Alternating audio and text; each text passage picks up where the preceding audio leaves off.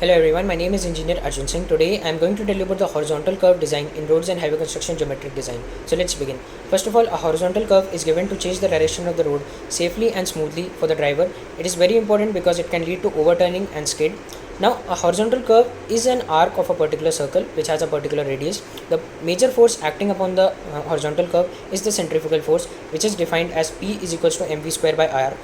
M is the mass of the vehicle, V is the velocity of the vehicle, and R is the radius of the curve. Now, writing it in terms of weight, it is written as P is equals to W by G into V square by R. Shifting the equations, we get P by W is equals to V square by GR.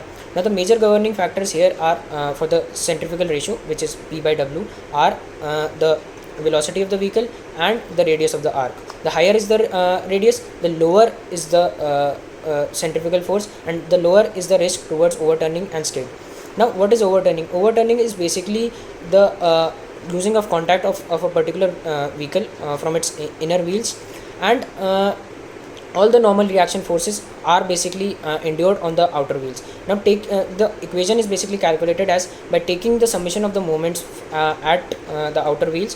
We arrive at an equation which says P by W is equals to B upon 2H. B is the width of the vehicle, and H is basically the height of the center of the mass of the vehicle from the ground.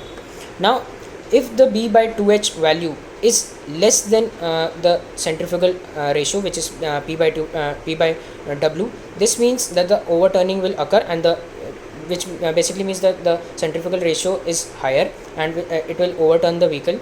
And if the value is greater than the centrifugal ratio, this means that the overturning will not occur. Now, speaking about skid resistance, skid resistance is also defined as P by W is equals to small f. F is basically the coefficient of lateral coefficient of friction, which is basically 0.15. Now, if the value of coefficient of friction is greater than the centrifugal ratio, then no skidding will occur, and if the value is less than the centrifugal ratio, then skidding will occur. So this is all for today. Thank you everyone for watching.